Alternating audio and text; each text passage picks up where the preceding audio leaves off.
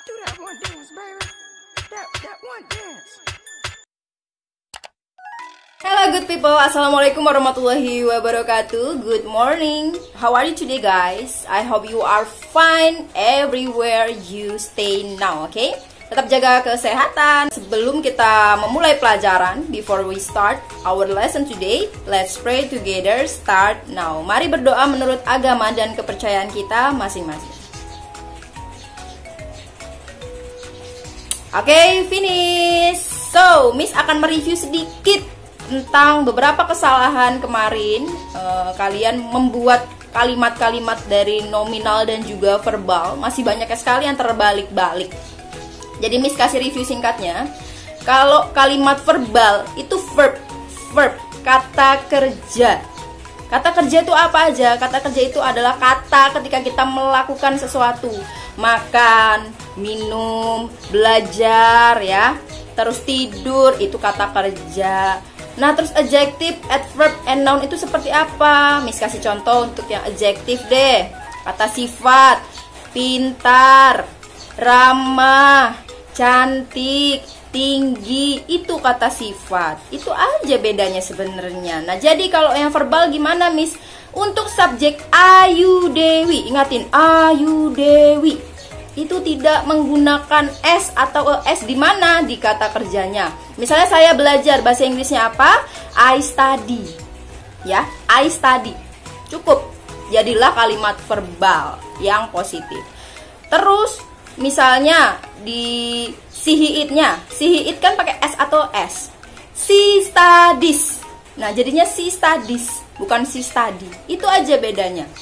Jadilah kalimat verbal positif. Jadi bedanya apa? Yang satunya di study-nya nggak pakai S atau I study, yang satunya C-nya pakai ES. Jadi I study, she studies. Beda nggak? Beda kan? Nah, terus untuk di kalimat nominalnya. Kalimat nominal I pakai you, they itu pakai are ya kan? Terus we, you, they ya. We, you, they pakai are, terus he, she, it-nya pakai is. Itu aja bedanya. Jadi jangan sampai I am swimming. Itu beda dengan rumus yang Miss kasih kemarin ya. Agak cukup berbeda. Cukup pakai kalimat adjective aja. Contoh I am smart student. Jadilah kalimat nominal yang positif. Terus kalau yang menggunakan she misalnya, she is smart student. Jadilah kalimat nominalnya. Itulah perbedaannya ya. Jadi jangan terbalik-balik lagi. So, let's go to the next page. Mari kita move lagi ke halaman selanjutnya. Karena ini part 2-nya, yaitu part terakhir. Semoga kalian sudah paham yang simple present tense kemarin. Oke, check it out. In page 91 atau 91, di situ ada gambar ya, seorang laki-laki dan beruang. Jadi kita baca dulu sama-sama. He feeds the animals every day. Dia memberi makan hewan-hewan setiap hari. He di situ subjek, feeds memberi makan ditambah S ya, karena subjeknya he. The animals sebagai objek dan every day itu sebagai kata keterangan atau adverb of time. Oke, next di gambar nomor 2 kita baca sama-sama dulu. She prepares foods and drinks for the animals every morning. Dia menyiapkan makanan dan minuman untuk hewan-hewan setiap pagi. She di situ sebagai subjek. Prepares di situ adalah verb ditambahkan dengan S, jadinya prepares.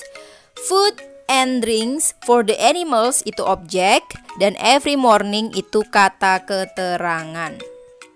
Oke, next to picture number 3. They clean the animals cage every morning. Mereka membersihkan kandang hewan setiap pagi.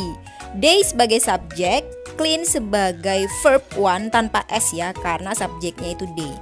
The animal cage itu objek dan every morning itu sebagai kata keterangan waktu. Oke, for the picture number 4, we read together. They wash the animals every day. Mereka mencuci atau membersihkan hewan-hewan setiap hari. They sebagai subjek, wash sebagai verb tanpa S, dan the animals every day adalah objek dan kata keterangan. Oke, we move to picture number 5. She takes care of sick animals regularly. Dia merawat hewan-hewan yang sakit secara teratur. She di situ sebagai subjek. Takes di situ sebagai verb 1 ditambah s karena subjeknya itu she. Sick animals sebagai objek dan regularly itu adverb. Ya, bisa dibilang kata keterangan. Oke, we move to number 6 atau the last one yang terakhir. He regularly repairs the animal's cage.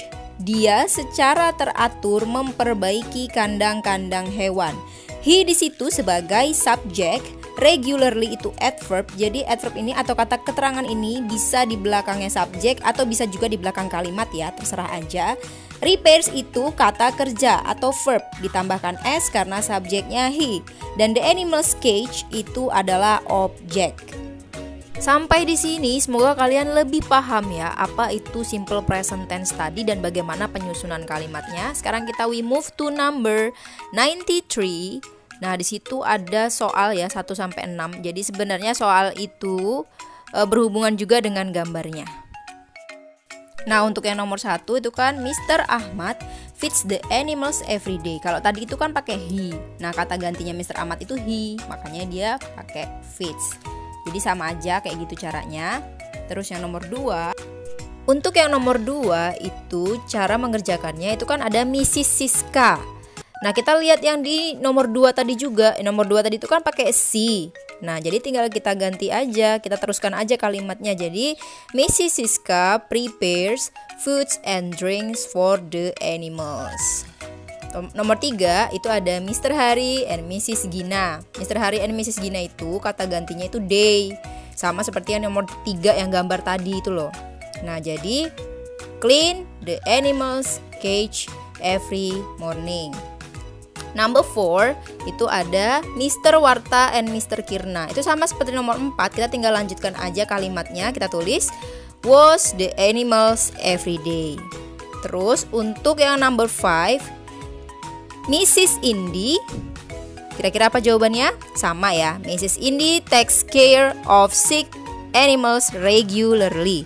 Dan the last one number 6, Mr. Matias, di situ pakai he ya, nomor 6-nya. Nah, sama aja kalimat selanjutnya itu repairs the animals cage. Jangan lupa dicatat yang penting-pentingnya ya. Oke, materi terakhir di bab ini yaitu tentang adverb of quantity. Miss akan memperkenalkan ke kalian dulu apa itu adverb of quantity. Nah, itu adalah kata keterangan yang menyatakan jumlah suatu benda, binatang, atau manusia. Nah, adverb of quantity yang sering digunakan untuk menyatakan jumlah itu ada many, ada much, ada some, little, few, dan a lot of. Nah, adverb of quantity sangat berkaitan erat dengan bentuk kata benda. Di dalam bahasa Inggris, kata benda itu terbagi menjadi 2, yaitu kata benda yang dapat dihitung atau countable noun seperti chair, book, days, like that. Dan yang kedua ada kata benda yang tidak dapat dihitung atau uncountable noun seperti water, rice, dan rain. Oke, next kita akan membahas tentang many dulu ya. Many itu adalah bagian dari countable noun atau bagian dari kata benda yang bisa dihitung tetapi jumlahnya itu plural. Bendanya lebih dari 1. Nah, many artinya apa? Many artinya banyak. Contoh, there are many animals at Bali. Nah, ada banyak hewan-hewan di Bali. Jangan lupa kalau pakai kata many, kata bendanya, animalsnya ditambahkan s di belakang katanya. Oke? Next, untuk kata much. Much ini bagian dari uncountable noun, yaitu kata benda yang tidak dapat dihitung. Artinya sama, banyak juga, tetapi jumlahnya hanya 1 atau tunggal. Contoh, I put too much salt in the soup. Saya menaruh banyak garam di sup. Nah, garam itu nggak usah pakai S lagi belakangnya, karena garam tuh tidak bisa dihitung 1 garam, 2 garam, 3 garam. Dia harus ada temennya gitu. Contoh lain kayak gula, saya menaruh 1 sendok gula. Tidak bisa kan gulanya sendirian saya menaruh gula tok gitu, nggak bisa. Jadi harus ada temennya, itulah yang disebut uncountable noun. Kayak air gitu, nggak bisa juga 1 air, 2 air, 3 air. Nah, itulah yang disebut uncountable noun. Dan ingat kalau di much ini kata bendanya kalian tidak perlu menambahkan s lagi di belakang ya. Jadi cukup too much salt, titik, dah itu aja. Next, kita ke few. Few ini artinya sedikit, bagian dari countable noun atau plural, bendanya lebih dari 1. Jadi dia mirip-mirip kayak many juga ya. Contoh dari few ini, I have few polka dot skirts, yang artinya saya punya sedikit rok polka dot. Oke, next untuk a little. Nah, a little itu artinya juga sedikit, tetapi dia bagian dari uncountable noun atau singular. Bendanya itu cuma 1, tunggal. Contohnya, Miss kasih contoh. I have only little time to do it. Saya punya sedikit, saya hanya memiliki sedikit waktu untuk melakukannya. Time-nya di situ kan nggak bisa dihitung 1 waktu, 2 waktu kan, tidak terlalu jelasnya. Makanya di situ disebut uncountable noun. Next ada some yang artinya beberapa. Nah, some ini bisa digunakan untuk countable ataupun uncountable nouns ya. Jadi bisa dipakai untuk benda yang bisa dihitung dan juga tidak dapat dihitung. Contoh untuk yang bisa dihitung ya. I have some friends to be visited next week. Nah, saya mempunyai beberapa teman-teman untuk dikunjungi minggu depan. Nah, friends-nya di situ kan bisa dihitung. Saya punya 2 teman, saya punya 3 teman, kayak gitu. Nah, untuk some, pembuatan kalimat some lagi yang uncountable nih, yang tidak dapat dihitung. Contoh, I need some sugar for the tea. Sugarnya di situ uncountable ya. Tidak dapat dihitung, atau 1 gula, 2 gula, 3 gula tidak bisa ya. Dia butuh teman seperti 1 sendok gula, 2 sendok gula, makanya disebut uncountable. Nah, yang terakhir ini ada a lot of, sama ini bisa digunakan untuk benda yang countable ataupun uncountable noun. Nah, artinya a lot of sendiri itu banyak. Contoh untuk yang countable noun, I have a lot of friends who always stand by me.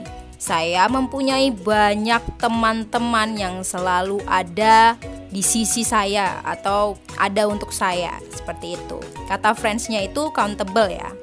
Untuk yang uncountable-nya, Sinta needs a lot of money to buy a car. Nah, habis kata a lot of itu ada kata money. Fokus ke money. Money-nya itu tidak dapat dihitung bendanya ya. Nggak bisa 1 uang, 2 uang, 3 uang, kan tidak jelas di situ. Nah, jadi sekian itu aja. Semoga kalian paham. Nah, tadi kan sudah Miss jelaskan semua uncountable, countable, dan yang lain-lain tentang adverb of quantity. Tugas kalian sekarang adalah membuat kalimat yang ada many, much, few, a little, some, dan a lot of. Semuanya satu-satu saja. Jadi 1 untuk many, 1 untuk much, 1 untuk few, 1 untuk a little, some, dan juga a lot of. Cukup satu-satu. Kalian tulis nama kalian dan juga kelas di kolom komentar Miss di YouTube sini gitu ya. Nanti Miss akan koreksi 1 persatu pokoknya. Jangan sampai salah-salah. Kalau bingung bisa tanya di classroom. Oke, sekian itu aja. Jangan lupa untuk jaga kesehatan dan selalu belajar ya. Assalamualaikum warahmatullahi wabarakatuh. Thanks for watching. Bye.